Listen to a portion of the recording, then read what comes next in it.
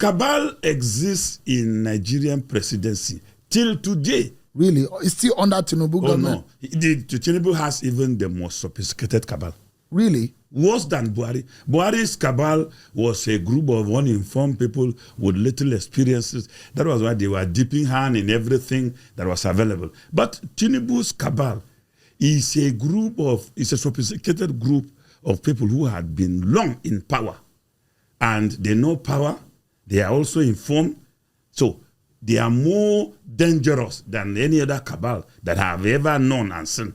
So there is cabal in Tinubu's government, and we need to fear them more because according to you, they are more dangerous. They are more dangerous because they are more sophisticated. Who are these cabals? Well, they are the gatekeepers of the president. They are found very close within the circumference of power.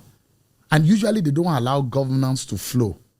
Is that what happens? Yeah. They shield the president. They shield the president from the obvious reality, and they don't allow information to assess the president.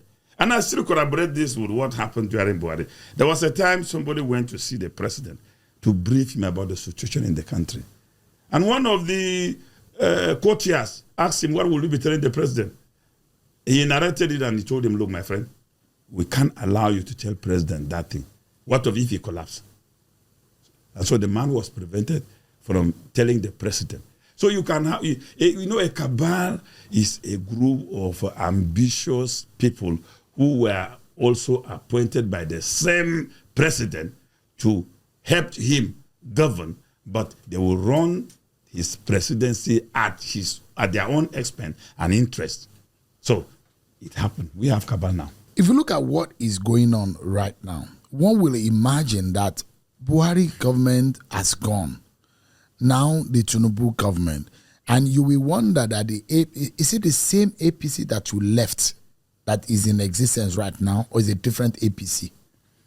It's the same APC that we formed, but also more sophisticated than the APC I serve.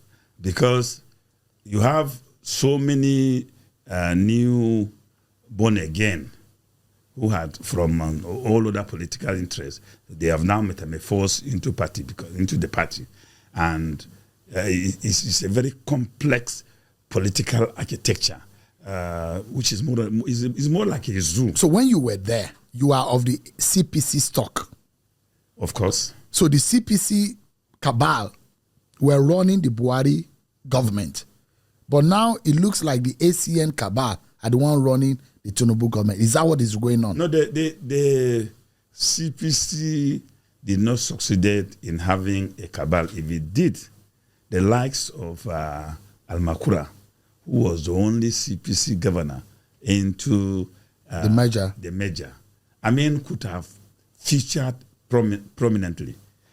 The most unfortunate thing that happened was that shortly after we have taken power, this group of people emerged from nowhere.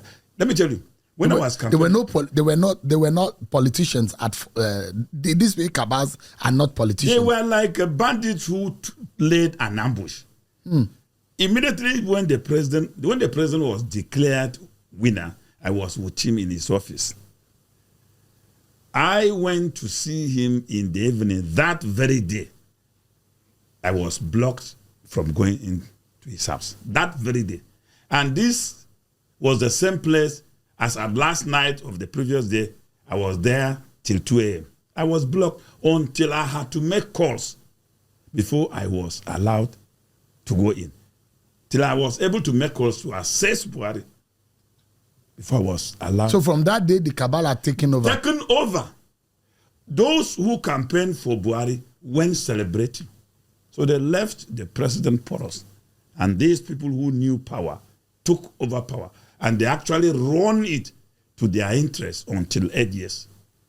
And these people have amassed a lot of wealth from what you are trying to describe. Of course. They are very, very wealthy. And Nigerians should expect them. And they are very powerful. Of course. And you are not afraid that these powerful people may come after you. Oh, I've been into this for all my years. I've been into the struggle for 40 years. I've survived more than 10 assassination attempts. There was a time 5 people carrying AK-47 blocked me and sprayed my car.